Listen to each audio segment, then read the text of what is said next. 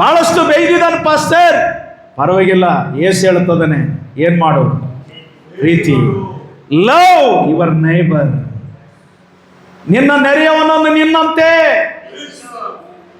ಒಡೆದವರು ಎದುರಿಗಿದ್ರೆ ಪ್ರೀತಿ ಮಾಡಿದ ಮೇಲೆ ರೀ, ಇವತ್ತು ನಿನಗೆ ಒಂದು ವೇಳೆ ಒಂದೇಟು ಒಡೆದಿರಲಿ, ನಿನಗೆ ಬೇಯ್ದಿರಲಿ, ನಿನಗೆ ಎಷ್ಟೇ ಅನ್ಯಾಯ ಮಾಡಿರಲಿ, ಯೇಸು ಹೇಳ್ತಾ ಇದ್ದಾನೆ ಪ್ರೀತಿ ಮಾಡು ಎಂಬುದಾಗಿ ಹೇಳ್ತಾ ಇದ್ದಾನೆ.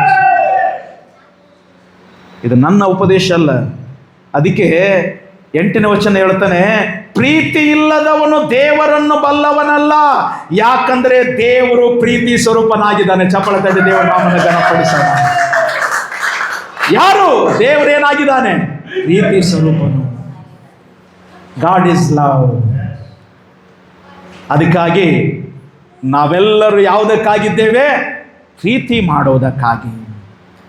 ಯಾರೇ ಆಗಿರಲಿ, ನಮ್ಮ ವೈರಿ ಆಗಿರಲಿ, ನಮ್ಮ ವಿರೋಧಿ ಆಗಿರಲಿ, ನಮಗೆ ಬೈದವರಾಗಿರಲಿ, ನಮಗೆ ಒಡೆದವರಾಗಿರಲಿ, ನಮಗೆ ಅನ್ಯಾಯ ಮಾಡಿದವರಾಗಿರಲಿ, ಮೋಸ ಮಾಡಿದವರಾಗಿರಲಿ, ತಪ್ಪು ಮಾಡಿದವರಾಗಿರಲಿ, ಏನೇ ಮಾಡಿದವರಾಗಿರಲಿ, ಒಂದೇ ಒಂದು ನಾವು ಮಾಡಬೇಕಾಗಿದೆ, ಪ್ರೀತಿ ಮಾಡಬೇಕಾಗಿದೆ.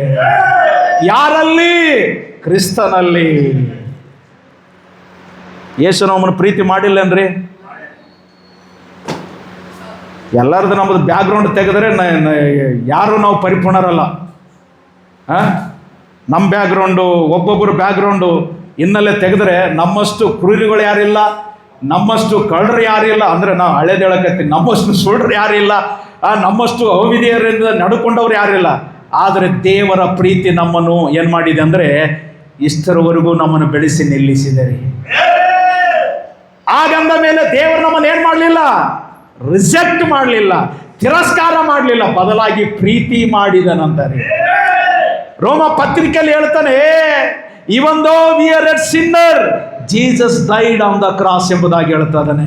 ನಾವು ಪಾಪಿಗಳಾಗಿದ್ದಾಗಲೂ ಕೂಡ ಯೇಸು ನೇಮಿತ ಕಾಲದಲ್ಲಿ ನಮಗಾಗಿ ಪ್ರಾಣ ಕೊಟ್ಟನಂತಾರೆ.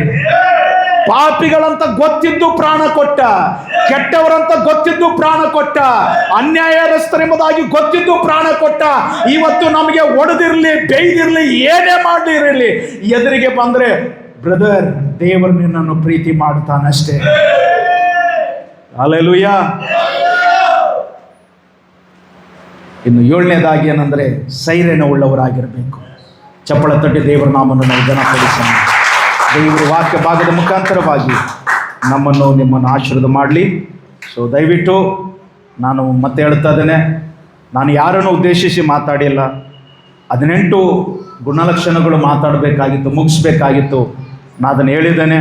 ಮತ್ತೆ ಪಾಸ್ಟರ್ ನನ್ನ ಬಗ್ಗೆ ಸಂದೇಶ ಹೇಳಿದ್ದಾರೆ ಅಂತೇಳಿ ತಪ್ಪರ್ಥ ತಿಳ್ಕೊಬೇಡ್ರಿ. ನಾನು ಮತ್ತೆ ಹೇಳ್ತಾ ಇದ್ದೀನಿ, ಮೊದಲು ನಿಮಗೆ ಉಪದೇಶ ಮಾಡೋದಕ್ಕಿಂತ ಮುಂಚೆ ಇದು ನನಗೆ ಉಪದೇಶ ಮಾಡುವಂಥದ್ದಾಗಿದೆ.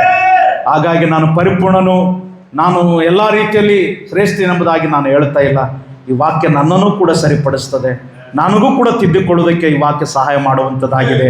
ಹಾಗಾಗಿ ವಾಕ್ಯವನ್ನು ಕೇಳಿದವರು ನಾವೆಲ್ಲರೂ ತಿದ್ದಿಕೊಳ್ಳೋಣ, ನಾವೆಲ್ಲರೂ ಸರಿ ಹೋಗೋಣ, ನಾವೆಲ್ಲರೂ ದೇವರ ವಾಕ್ಯದಲ್ಲಿ ಬೆಳೆಯೋಣ, ನಾವೆಲ್ಲರೂ ದೇವರ ಸನ್ನಿಧಾನದಲ್ಲಿ ಬೆಳೆಯೋಣ.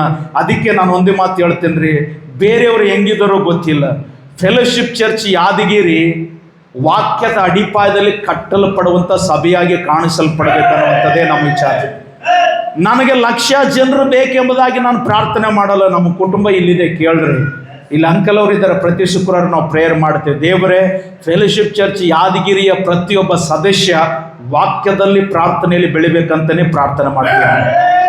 ಬೇರೆ ಯಾವುದಿಲ್ಲ ರೀ ನಮಗೆ. ಇಲ್ಲಿ 1000 ಜನ ಜಾಗ ಹಿಡಿಲಾರ್ದವ್ರು ದೇವರಿಗೆ ಸ್ತೋತ್ರ ಕರ್ಕೊಂಡು ಬಂದ್ರೆ ಆಮೇನ್. ಆದರೆ ಬಂದವರು ಹೆಂಗೆ ಬೆಳಿಬೇಕು? ವಾಕ್ಯದಲ್ಲಿ ಬೆಳಿಬೇಕು, ಪ್ರಾರ್ಥನೆಯಲ್ಲಿ ಬೆಳಿಬೇಕ್ರಿ. ಯಾಕೆ ಗೊತ್ತದ್ರಿ? ಇನ್ನು ಸ್ವಲ್ಪ ವರ್ಷಗಳಾದ ನಂತರ ನಾನು ಇರ್ತೀನೋ ಬಿಡ್ತೀನಿ ಗೊತ್ತಿಲ್ಲ, ನೀವು ಇರ್ತೀರೋ ಬಿಡ್ತೀರೋ ಗೊತ್ತಿಲ್ಲ. ದೇವರು ಕರೆದಾಗ ನಾವು ಹೋಗ್ಬೇಕಾಗುತ್ತದೆ. ಆದರೆ ವಾಕ್ಯ ನಿಮ್ಮೊಳಗಡೆ ಇದ್ರೆ ಆ ವಾಕ್ಯ ನಿಮ್ಮನ್ನು ಉಜ್ಜೀವಿಸ ಮಾಡುವಂಥದ್ದಾಗಿದೆ. ವಾಕ್ಯ ನಿಮ್ಮನ್ನು ಬಲಪಡಿಸ್ತದೆ ಪ್ರಿಯರೇ. ಅದಕ್ಕೆ ಪೌಲ ನಂಬಿಗಸ್ತನಾದಂಥ ವ್ಯಕ್ತಿಗಳಿಗೆ ನೀವೇನು ಮಾಡಬೇಕು? ಒಪ್ಪಿಸಿಕೊಡು. ತಿಮೋತಿಗೆ ಹೇಳ್ತದ, ನಾನು ಇರ್ತೀನಿಲ್ಲ ಗೊತ್ತಿಲ್ಲಪ್ಪ. ಅದಕ್ಕೆ 4ನೇ ಅಧ್ಯಾಯದಲ್ಲಿ ಬರುವಾಗ ಮಾರ್ಕನನ್ನು ಕರ್ಕೊಂಡು ಬಾ, ಲೂಕ ನನ್ನ ಜೊತೆಗೆ ಆನ.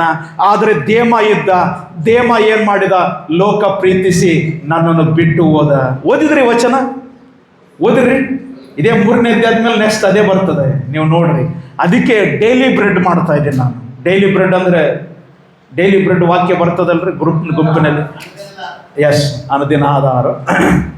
ಡೈಲಿ ಬ್ರೆಡ್ಡಲ್ಲಿ ಒಂದೊಂದು ಅಧ್ಯಾಯ ಕ್ಲಿಯರ್ ಮಾಡ್ತಾ ಇದ್ದೀನಿ ನಾನು. ನೀವು ಅಬ್ಸರ್ವ್ ಮಾಡಿದಿರಿಲ್ಲ, ಫಸ್ಟ್ ತಿಮೋತಿ ಮುಗೀತು, ಸೆಕೆಂಡ್ ತಿಮೋತಿ ಮುಗೀತು, ಈಗ ತೀತಕ್ಕೆ ಡೈಲಿ ಬ್ರೆಡ್ ಬರ್ತಾ ಇದೆ. ದೇವರಿಗೆ ಸ್ತೋತ್ರ.